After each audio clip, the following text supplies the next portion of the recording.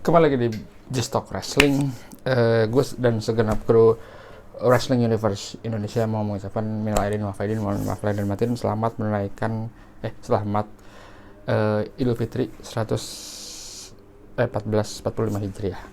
Dan di hari yang Fitri ini gue mau bahas soal WrestleMania yang baru aja kemarin lusa sih ya. Tapi nggak ada waktu telat karena masih diomongin. Ada Raw after WrestleMania juga. Ya, dan banyak yang bilang ini the greatest WrestleMania ever. Menurut gue sih not greatest WrestleMania, tapi ya bisa debatable. Tapi oke. Ada dua night yang gue mau bacain dulu. Pertama, night pertama dan night kedua. Gue mau review night pertama, night kedua, dan review whole WrestleMania. Banyak yang bilang, oh iya, dan dari Hall of Fame kemarin, gara-gara Paul Heyman juga, nama Triple H atau siapa namanya aslinya, Paul Beck, dibicarain di sosial media karena Paul Heyman ngomong I'm Paul Beck guy. Biasanya orang refer to I'm Paul Heyman guy, dia Paul Beck guy. Dan setelah Triple H take over udah mulai hampir setahun kali ya, karena dia Triple H take over terus Vince balik, dijual ke TKO, akhirnya Hunter ngambil, gue sih sering bilang Hunter ya, bukan Triple H. Hunter ngambil take over lagi, dan kita lihat sekarang dari, gue sih bisa ngeliatnya dari Backlash di Puerto Rico kemarin, terus di, Money in the Bank di Inggris, terus SummerSlam gimana ya, pokoknya dari kemarin konten WWE itu menurut gue sangat oke lah dari beberapa tahun kemarin, yang dari mulai stable, dari mulai storyline, semuanya relate. Dari yang pertama, hari yang pertama nih, menurut gue yang paling lemah itu di Rey Mysterio, Andrade, Santos Escobar sama Dom. Terus itu yang paling lemah. Sama ini Six Man. Menurut gue dari storyline ya, storyline wise yang paling lemah itu Rey Mysterio, Jade Cargill, Bianca Belair yang Six Man tag, sama Sami Zayn sama Gunter. Itu dulu gue bilang dari segi paling lemah. Tapi paling match yang paling steal the show itu siapa ya? Gue sih match paling buruk lah. Match paling buruk menurut gue Jey Uso sama Jimmy Uso. Sayang banget mereka, padahal build-nya bagus. Brother versus brother. Kita udah pernah Christian tapi bukan brother ya. Tapi oke lah, Christian sama Edge yang di storyline ini brother. Tapi ya bisa kita bilang mereka brother lah. Undertaker sama Kane, Brother of Destruction, meskipun bukan real life brother. Matt Hardy dan Jeff Hardy emang real life brother. Owen WrestleMania 25, Christian sama Edge pernah ya? Nggak pernah, sorry. Pernah nggak ya Christian lawan Edge? Kayaknya nggak pernah deh. Undertaker Kane WrestleMania 14, Matt Hardy, Jeff Hardy, meskipun Kane sama Undertaker bukannya, tapi dibilang storyline brother ya. Matt Hardy, Jeff Hardy WrestleMania 25, Owen Hart, Bret Hart, opening WrestleMania 10 ya, WrestleMania 10. One of the greatest match juga, Owen Hart lawan Bret Hart. Yang gue sayangin di Jimmy dan Jey Uso ini, matchnya nggak oke gitu. Waktu ada mereka momen dimana spamming super kick gitu, kayak pacingnya lama banget, beda sama kayak kalau Young Bucks spamming super kick. Dan gue nggak tahu kenapa si match ini jadi kayak gini ya, nggak kesan. Padahal build up-nya bagus banget, maksudnya dari SummerSlam kemarin Jey Uso jadi face, terus lawan Roman Reigns, terus ada Jimmy-nya di SmackDown, Jay-nya di Raw. Gue nggak ngerti kenapa. Dan ada satu komen yang bilang di Twitter kalau Jey Uso ini emang jelek single. Ternyata memang bener ya, dia single run-nya nggak kelihatan. Kalau Jey Uso udah kelihatan single run-nya. Dan mungkin dan dimana ada tag team pasti selalu ada, kalau ininya orang sering bilang Marty Jannetty-nya lah. Kayaknya Marty Jannetty-nya orang yang yang harus tag team terus, nggak bisa single, itu kayaknya si Jimmy Uso gitu. Dulu gue sering lihat di mana Edge sama Christian emang tag team. Kita bisa lihat 3 tag team terbaik, Edge, Christian, Hardy Boys, Dudley Boys. Gue sering lihat Edge sama Christian ini yang potensi untuk jadi single run, tapi Edge yang karirnya sampai top banget. Christian biasa aja, tapi dia mungkin oke ya di luar WWE. Menurut gue dia sangat oke di AEW, dan puncaknya menurut gue di TNA. Di WWE dia belum, ya gitulah, kasihan ya. Hardy Boys, Jeff Hardy yang karirnya di WWE lebih tinggi banget, sementara Matt Hardy sebenarnya lumayan oke ya waktu dia di cruiserweight. Gue sering bilang Matt Hardy di cruiserweight karena cruiserweight division waktu pas zaman Matt Hardy jadi berubah gitu, jadi main event SmackDown, dan zaman itu lagi zaman Vince McMahon 2003. Tapi Matt Hardy bisa merubah di TNA jadi single run, jadi apa sih namanya, broken mat, delete gitu. Tapi pas balik ke nggak bisa jadi lagi single run, tetap Jeff Hardy yang bisa single. Dan terakhir itu Dudley Boys. Gue nggak pernah lihat mereka berdua, Bubba Ray sama Devon, sukses sebagai singles waktu di TNA. Bully Ray ternyata bisa bagus banget menurutku jadi top heel, jadi pokoknya keren banget lah Bubba Ray. Dan Devon nggak bisa gitu untuk jadi jadi top singles gitu, dia harus tetap jadi tag team. Kayaknya ini berdampak sama Usos yang J-nya tuh bagus untuk singles, tapi kalau Jimmy kayaknya nggak tahu ya ke depannya gimana. Setidaknya menurut gue bisa lah untuk jadi Intercontinental atau US, tapi untuk ke ranah situ aja nggak bisa gitu menurut gue. Mungkin dia bisa cocok jadi sama solo untuk tag team, stable lagi tag team. I don't know, nggak tahu gue kenapa dia nggak works gitu si Jimmy Uso. Terus matchnya itu Sami Zayn sama Gunther, menurut gue salah satu yang top match di sini. Hanya menurut gue ini kurang storyline-nya kurang kuat, dan sayang banget. Jadi kayak si Sami Zayn tuh kayak dibuat beberapa sebentar banget untuk kayak jadi from zero to hero kan di si storyline-nya tuh. Sementara Gunther itu undefeated, udah 600 harian sebagai Intercontinental Champion. Gue nggak apa-apa sih Sami Zayn menang, dan dia punya 2 momen WrestleMania, menang tag team tahun lalu main event, dan tahun ini Intercontinental. Tapi tahun ini kurang kuat banget storyline-nya, beda sama tahun kemarin yang sangat kuat banget. Waktu di Bloodline, terus di Elimination Chamber di Kanada, terus dia di WrestleMania. Wah, menurut gue udah topnya Sami Zayn lah, top of the top. Tapi di kemarin jadi kayak aneh gitu, storyline-nya nggak kuat tapi match-nya oke, tapi orang pada cheer gitu sama Sami Zayn. Dan gue nggak tahu sih kedepannya untuk Sami Zayn apa. Kalau Gunther gue bisa lihat dia di title picture, apakah lawan Cody Rhodes, apakah lawan Damian Priest. Menurut gue sangat potensial untuk Gunther di title picture. Yang kurang kuat lagi Jade Cargill, kayak dipaksain menurut gue sama Damage Control. Rey Mysterio, sebenarnya LWO-nya tuh udah seru, tapi kenapa ada Dominic Mysterio gitu di situ? Gue nggak kayak terlalu maksain Dominic Mysterio, karena Judgment Day lagi hotnya ya. Dipaksain aja udah lawan gitu, jadi kayak kenapa di Dominic Mysterio sama Rey Mysterio lagi gitu. Sebenarnya bisa aja kan kayak Mysterio, Andrade, Escobar sama siapa ya, mungkin nggak ada yang kuat juga sih. Tapi LWO ini tapi gini, storyline-nya nggak kuat kayak gini sebenarnya masih kuat gitu dibanding dulu WrestleMania itu kayak 8-man tag atau 6-man atau Andre the Giant atau tag team atau singles woman, tapi yang udah aja dulu 2 minggu sebelum WrestleMania ada pertandingannya tapi nggak kuat gitu. Sementara ini beberapa ini kuat, cuman dibanding yang lain sangat kuat banget storyline-nya. Itu, dan yang terakhir menurut gue paling kuat dan menurut gue matchnya juga oke, itu Bloodline lawan Cody Rhodes dan Seth Rollins. Gue lihat The Rock di usianya yang udah 50-an, dia 50 berapa gitu, 54 apa, masih bisa oke. Dan gue sangat menunggu dia lawan Roman Reigns tahun depan, kemungkinan sih tahun depan kayaknya, gue nggak tahu juga, tapi gue berharap dia main lawan Roman Reigns.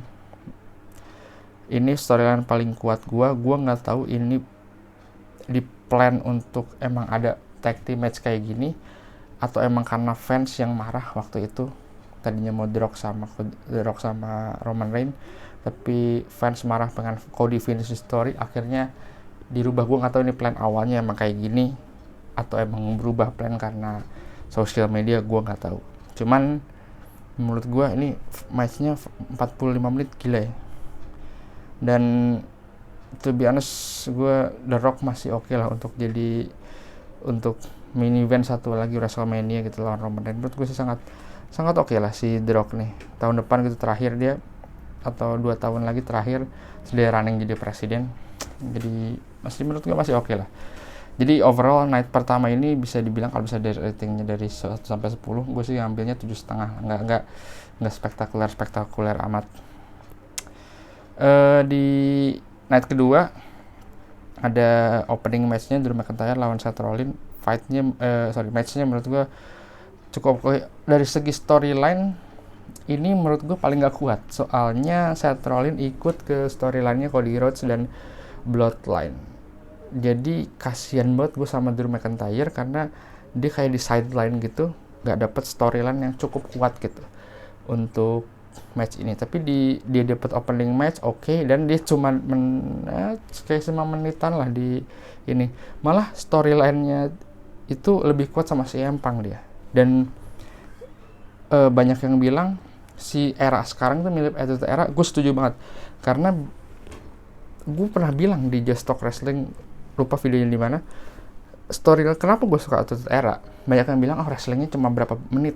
Ya, emang iya, tapi dari storyline-nya kuat gitu. Kayak sekarang gue lupa ngomongin tadi, sorry gue lupa, tag team match. Gue balik lagi night pertama, gue lupa tag team yang menang. Dan ini gue senang banget karena akhirnya tag team dipecah lagi, di split lagi, karena di SmackDown banyak tag team dan lagi bagus untuk stable. Sekarang di Raw juga banyak tag team. Yang menang tuh Grayson Waller buat SmackDown dan Awesome Truth gitu. Gue sangat senang banget, dan R-Truth sih, bukan The Miz aja. The Miz bisa carry di mana aja. Cuma gue senang banget R-Truth di usianya yang 52, menurut gue dia lagi prime banget. Dia lagi sering diomongin di sosial media. Dia balik di Survivor Series sampai WrestleMania, dia Raw after WrestleMania yang dia title-nya diginiin bareng sama Rhea Ripley sama Damian Priest. Terus semua orang pasti ngomongin, dan orang-orang kayak wah, ini R-Truth lagi, menurut gue lagi top prime lah gitu. Orang-orang kan prime-nya bisa di 20, di 30, di 40 lah, kayak Batista prime di 40. Dan R-Truth di 50 gitu. Orang dia menang ladder match di WrestleMania. Gue bilang, wah, edan di orang di usia 50, di mana teman-temannya dia tuh pernah debut di WCW tahun 90-an loh kalau salah. Apa tahun, gue lupa. Dia karir dia dari 97. Di WWF dari tahun 99, terus ke TNA, terus balik lagi ke WWE dari 99 loh. Dia udah debut di WWE, namanya Kiwick. Gila, dia udah, maksudnya dia legend kan, udah 52 di seumurannya. Dia udah di masa Attitude Era gitu kan. Tapi sekarang udah eranya, udah yang top Attitude Eranya aja udah jadi bos gitu si Triple H, sementara dia masih di WrestleMania. Dan menurut gue jadi dia bisa relevan gitu sama keadaan sekarang. Meskipun dulu dia masih pakai gimmick itu, tapi menurut gue kurang kuat. Menurut gue dia kayak bensin yang dituangin waktu zaman dulu ya. Dia Royal Rumble dia ambil ladder lah, terus dia segmen sama Brock Lesnar. Cuman sekarang dengan ada Triple H, kayak dia nuangin bensin sama Triple H dibakar, jadi tambah gede lah gitu. Meskipun ini nggak ada storyline yang jelas, dan six pack tuh jadi kayak 12 orang. Gue nggak begitu suka sih, karena spotnya banyak banget, kayak semua orang butuh spot, jadi kan kayak bingung ya. Gue sih lebih suka maksimal 6 lah, 6 orang tuh, jadi kayak apakah Money in the Bank atau berarti berapa, 3-way gitu, kayak zaman Edge Christian dan Dudley Boyz sama Hardy Boyz, udah gitu. Spotnya soalnya jadi banyak. Sekarang kayak di sini terus kayak bingung loh. Wah, orang kayak terlalu bingung sih gue. Tapi gue sangat suka sama R-Truth menangin ini. Gue yakin kedepannya R-Truth bisa banget jadi NXT World Champion tapi di level NXT sih ya. Kalau World Heavyweight sama bahkan mungkin bisa-bisa aja menang World Heavyweight Champion dari Damian Priest sehari terus besoknya kalah di Raw gitu, atau cuma 2 minggu, menurut gue sangat nggak apa-apa. Tapi gue sangat pengen gitu R-Truth namanya ada di itu World Heavyweight Champion, sangat pengen gue sebenarnya. Terus balik lagi ke Night 2 dan balik lagi ke storyline tadi. Jadi si Drew McIntyre sama Seth Rollins lagi ikut ke Bloodline. Drew McIntyre storyline sama si Empang. Terus ada Damian Priest juga. Sebenarnya Damian Priest sama Drew McIntyre waktu itu sempat Damian Priest pengen cash in Money in the Bank. Terus Drew McIntyre gagalin, sempat ada storyline kayak gitu kan. Akhirnya berhasil di sini. Damian Priest menang jadi World Champion, dan Bloodline menurut gue sangat stable, yang sangat top banget sekarang. Gue udah sering ngomong kalau Bloodline tuh gue pikir bakal flop, setelah Edge keluar taunya wah ngeri banget. Udah, dan dari segi Bloodline ada R-Truth-nya, ada storyline sama R-Truth, storyline Dominic, dan Dominicnya over banget. Menurut gue Bloodline the best lah, dari the best stable sekarang. Satu, yang kedua menurut gue zaman sekarang adalah zaman mungkin puncak dari women's divisionnya di wrestling, bukan WWE aja, wrestling. Gue nggak pernah ngelihat di sekarang susah untuk kayak siapa ya kalau misalnya bisa main event, karena di WrestleMania sekarang momennya nggak ditaruh di main event, paling kalau main event Bayley gitu atau Rhea Ripley sama Becky Lynch di opening match. Tapi menurut gue topnya itu sebenarnya tahun lalu, di mana Charlotte sama Rhea Ripley gitu. Dan gue nggak tahu kedepannya, gue nggak tahu di NXT sekarang apakah ada yang bakalan bisa melebihi Rhea Ripley sama Bianca Belair. Menurut gue susah. Toh misalnya Sasha Banks balik lagi, Mercedes itu balik lagi ke WWE, menurut gue dia bakal besar, tapi kan bukan orang baru, dia masih tetap orang lama, kayak sama halnya kayak Cody Rhodes kan. Dan pun si Sasha Banks juga emang udah besar gitu namanya di WWE juga. Gue nggak tahu apakah ada yang bisa melebihi Rhea Ripley, maksudnya yang dari Four Horsemen aja. Becky Lynch, Charlotte, Bayley sama Sasha Banks menurut gue udah top banget di Women's Division. Ada lagi Bianca Belair yang bisa main di event WrestleMania. Ada lagi Rhea Ripley yang menurut gue Rhea Ripley sekarang lagi top woman di dunia wrestling gitu. Semua orang ngomongin siapa lagi gitu yang bisa ngelebihin star powernya Rhea Ripley. Main event pay per view di mana di Elimination Chamber, pay per view namanya Elimination Chamber, main event bukan Elimination Chamber, dan whole stadium loh Rhea Ripley. Kalau bukan Rhea Ripley gue nggak bakal, kayaknya nggak ada gitu yang bisa kayak gitu ya di luar, maksudnya Sasha Banks, Bianca Belair, dan Rhea Ripley sendiri loh star powernya. Ada yang lawan Nia Jax nggak begitu star power. Kalau zaman waktu WrestleMania itu Bianca Belair dan Sasha Banks star power sama-sama besar. Kalau kemarin di Elimination Chamber Rhea Ripley doang yang besar. Nia Jax kayaknya udahlah ikut aja gitu sama ini. Gue bukan mendiskreditkan Nia Jax ya, tapi kita bisa sama-sama jujur lah, Nia Jax nggak sebegitu star powernya kayak Rhea Ripley. Balik ke Night 2, LA Knight dan AJ Styles, gue sangat kecewa.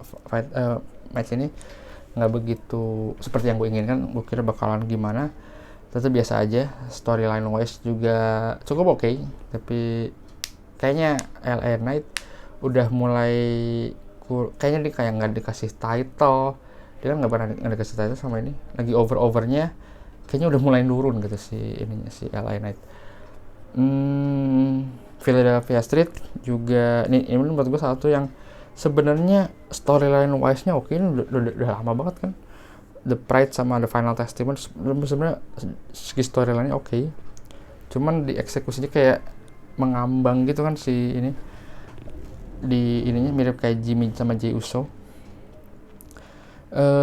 Bayley Io Sky kata gue tadi, gue nggak tahu bakalan kayak gimana, karena dari segi match sih oke, dari segi storyline juga oke, tapi karena star power Bayley sih oke sih menurut gue. Cuman star power Io Sky juga belum dapat peaknya gitu menurut gue ya. Si siapa sih damage control ini, gue nggak tahu sih maksudnya stablenya, maksudnya waktu zaman Bailey gue lihat damage control ini oke, tapi sekarang kalau pas Jepang semua nggak tahu. Oh, US Champion Logan Paul, si Kevin Owens dan Randy Orton, satu fight yang bagus juga, satu match yang gue suka di ini, dan pasti di night kedua yang stole the show dan matchnya paling oke sih ya main event ya, Cody Rhodes sama Roman Reigns.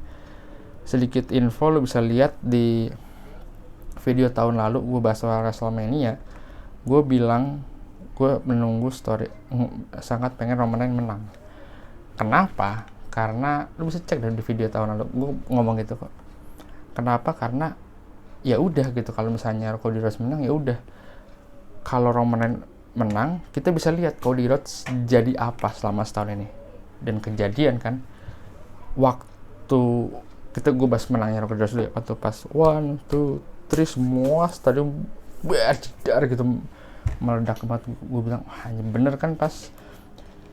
Jadi kalau Cody Rhodes menang tahun kemarin, sangat sangsi gue dia bakalan bisa jadi kayak sekarang, karena pas tahun kemarin dia ditaruh di opener, jadi tag team, jadi middle card gitu ya, feud lawan Brock Lesnar.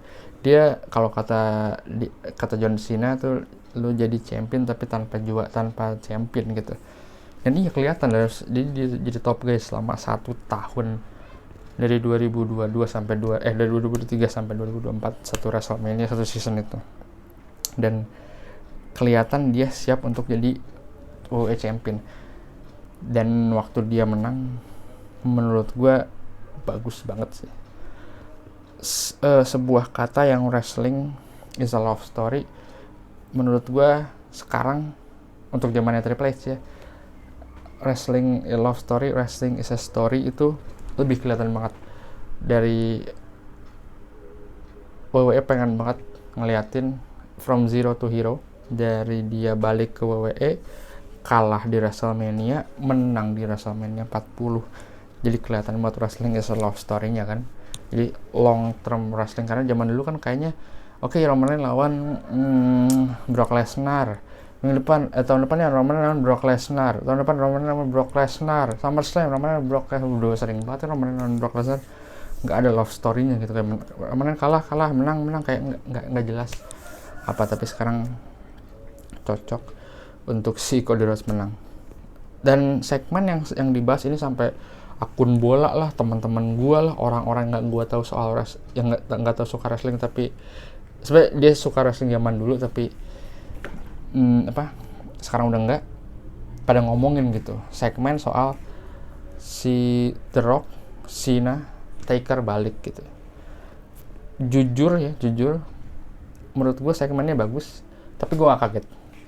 Gue nggak tahu lu pada yang nonton di sini seumuran gue, tapi gue nonton wrestling dari tahun 99 2000, jadi gue udah kebaca banget segmennya bakal kayak gitu.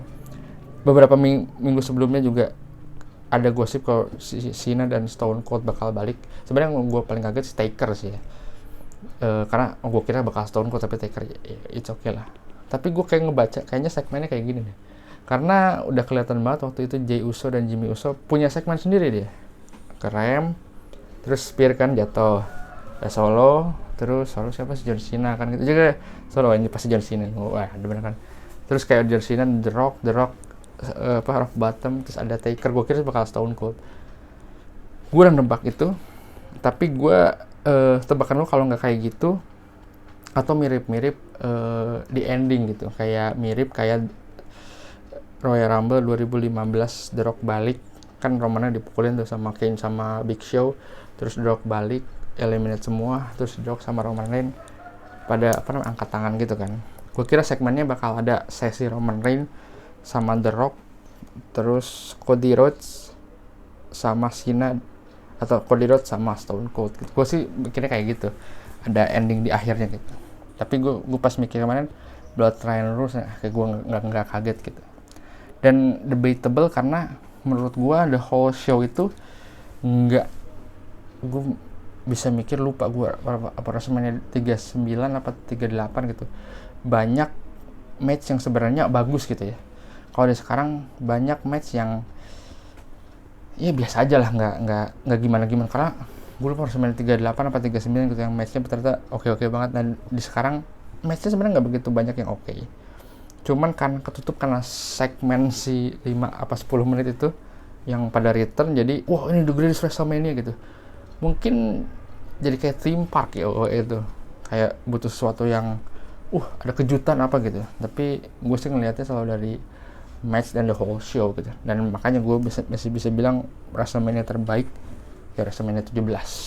Sampai sekarang gue no debat, belum ada yang itu ya, karena dari segi mid young starnya TLC, mid cardnya Kurt Angle, Chris Jericho, Chris Benoit, Eddie Guerrero, terus top starnya Taker, Triple H, The Rock, Austin, dan ditutup sama Austin jadi heel. Nggak ada yang bisa ngalahin itu menurut gue. Jadi WrestleMania sebuah sajian yang baru. Kita tunggu aja Triple H gimana ke depannya, mudah-mudahan oke. Itu aja dari gue, sampai ketemu di Just Talk Wrestling berikutnya.